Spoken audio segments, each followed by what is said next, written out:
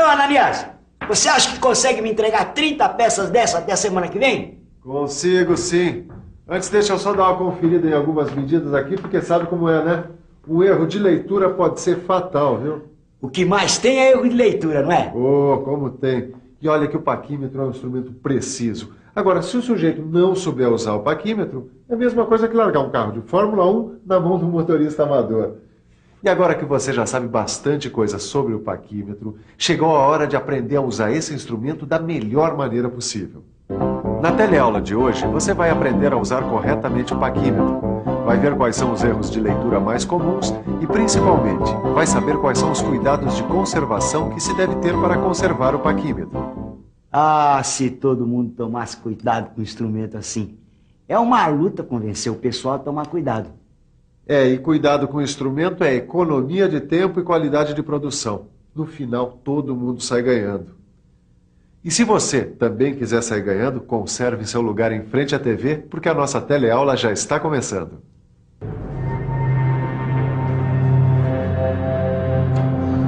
Ô Sofia, eu já estou preparando todo o material, porque depois de tudo que eu aprendi, só falta ver como é que usa corretamente o paquímetro. Isso mesmo, hoje a gente vai aprender a usar o paquímetro. Vamos lá. E a gente vai começar com colocação de medidas no paquímetro. Tá, e como é que faz isso? Quer ver um exemplo?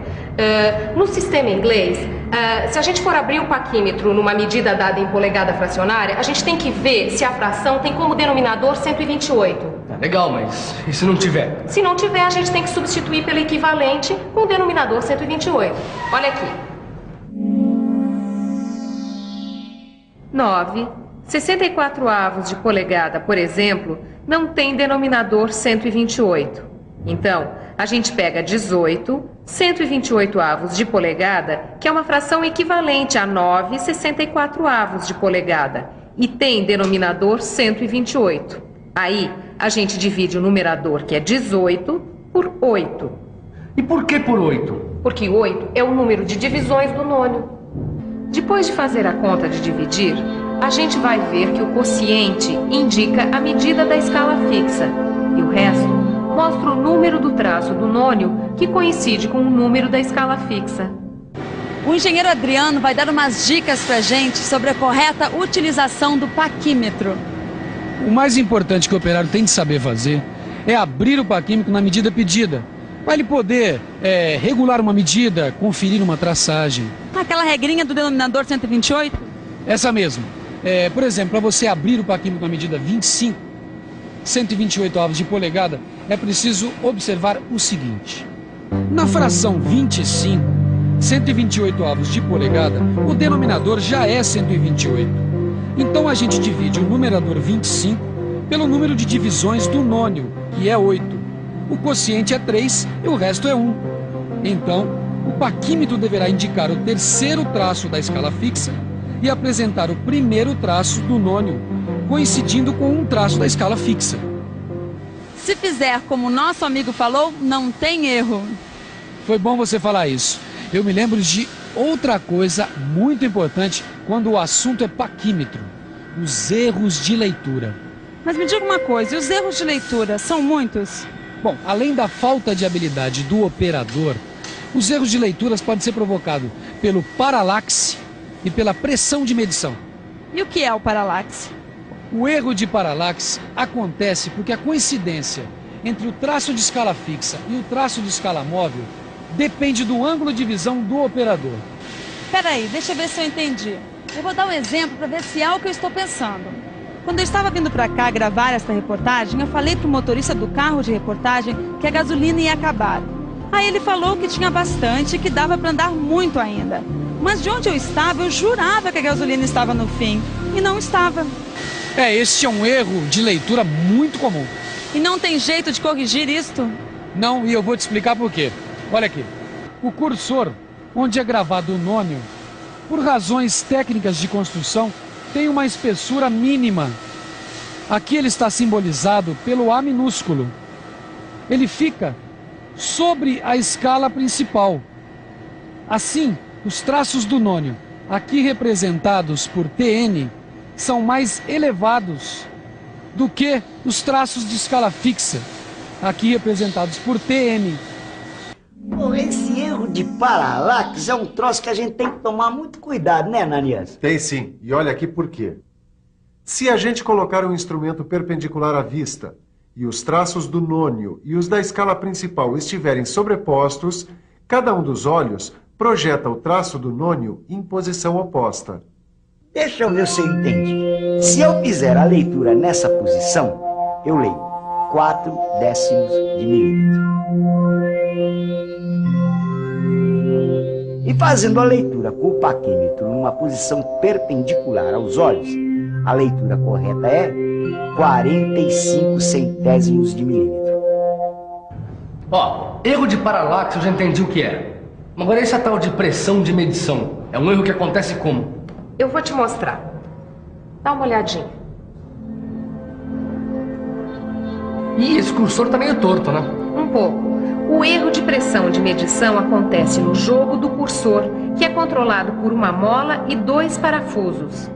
Se o cursor ficar inclinado em relação à régua, isso vai alterar a medida. O cursor não pode estar muito preso, nem muito solto. O operador deve regular a mola para adaptar o instrumento à sua mão. Para isso, ele tem que girar os parafusos até encostar no fundo e depois retornar mais ou menos 1/8 de volta. Depois do ajuste, o movimento do cursor deve ser suave, mas sem folga. Agora que a gente viu como evitar alguns erros, vamos falar sobre a técnica de utilização do paquímetro. Para ser usado corretamente, o paquímetro precisa ter seus encostos limpos e a peça que vai ser medida tem que ser posicionada corretamente entre eles. É muito importante abrir o paquímetro com uma distância maior que a dimensão do objeto a ser medido, para que não tenha atrito entre o paquímetro e a peça. Veja que o centro do encosto fixo deve ser encostado numa das extremidades da peça. Aí, o paquímetro deve ser fechado suavemente até que o encosto móvel toque a outra extremidade. Depois de fazer a leitura, com a peça no paquímetro, ele deve ser aberto e a peça retirada, mas sem tocá-la nos encostos, hein? Alguns cuidados são necessários no uso do paquímetro para medidas externas, internas, medidas de profundidade e de ressaltos. Com este paquímetro aqui, Vitorino, como é que você faz para determinar a medida externa dessa peça? Medida externa? Deixa eu ver, ó. Eu encosto a peça aqui no encosto fixo e fecho o paquímetro suavemente, ó. Não, tá errado, ó. No caso de medida externa, a gente tem que colocar a peça entre os bicos de medição de maneira mais profunda, para evitar o desgaste das pontas dos bicos. Para determinar a medida externa com mais segurança, as superfícies de medição dos bicos e da peça devem ser bem apoiadas, para evitar erros como esse da imagem da esquerda. Ao lado, a gente pode ver a superfície com um apoio correto. Agora eu quero ver se você consegue determinar corretamente a medida interna dessa peça. Medida interna? Vamos pensar um pouco?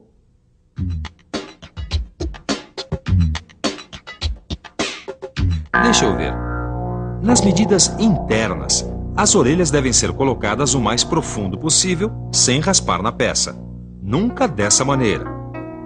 E acho que o paquímetro tem que estar paralelo à peça. Senão, olha aí o que acontece. Daqui dá para ver melhor qual a posição errada e qual a posição certa do paquímetro. Ainda falando em medidas internas, acho que para medir o diâmetro interno com mais segurança, as superfícies de medição das orelhas têm que coincidir com a linha de centro do furo. Nas medidas internas, o operador tem que tomar a máxima leitura para diâmetros internos e a mínima leitura para faces planas internas. Tudo pronto para começar, Caio? Pronto, claro. Eu tô louco para saber quais os cuidados que a gente tem que tomar com a medida de profundidade. Então presta atenção aqui. Na medida de profundidade, a gente tem que apoiar o paquímetro corretamente sobre a peça. Se ele ficar inclinado assim, a leitura vai ser incorreta. E essa haste aí também é usada para medidas de ressaltos? De jeito nenhum. Olha aqui. Nas medidas de ressaltos, a gente tem que colocar a parte apropriada do paquímetro para ressaltos perpendicular à superfície de referência da peça. A vareta de profundidade não deve ser usada nesse tipo de medição, porque não permite um apoio firme, tá vendo? Então, faltou a gente aprender alguma coisa sobre o uso correto do paquímetro? Faltou o principal, a conservação do paquímetro. Como todo instrumento de medição, o paquímetro precisa de muito, mas muito cuidado com o manuseio. Por isso, para você ficar por dentro, eu vou falar agora os 5 mandamentos da boa conservação do paquímetro.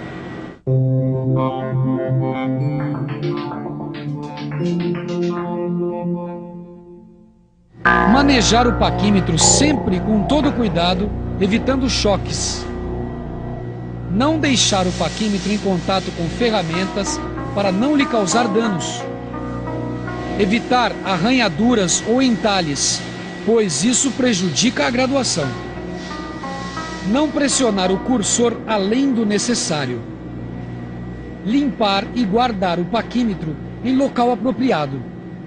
Bom, em matéria de paquímetro a gente aprendeu bastante hoje, mas não custa ficar de olho na revisão para ver se não escapou nada. E atenção, se liga aí que é hora da revisão. Na teleaula de hoje, você aprendeu a fazer a colocação de medida no paquímetro. Viu que os erros de leitura mais comuns são a paralaxe e a pressão de medição. Aprendeu algumas técnicas de utilização do paquímetro. E finalmente viu que a conservação do material é um fator muito importante quando o assunto é medição. Bom, com esta teleaula a gente encerra o nosso estudo sobre paquímetro. Mas é bom praticar sempre. Por isso, sempre que for possível, é bom você ler algumas medidas. Comece dando uma boa revisada no seu livro e resolvendo os exercícios.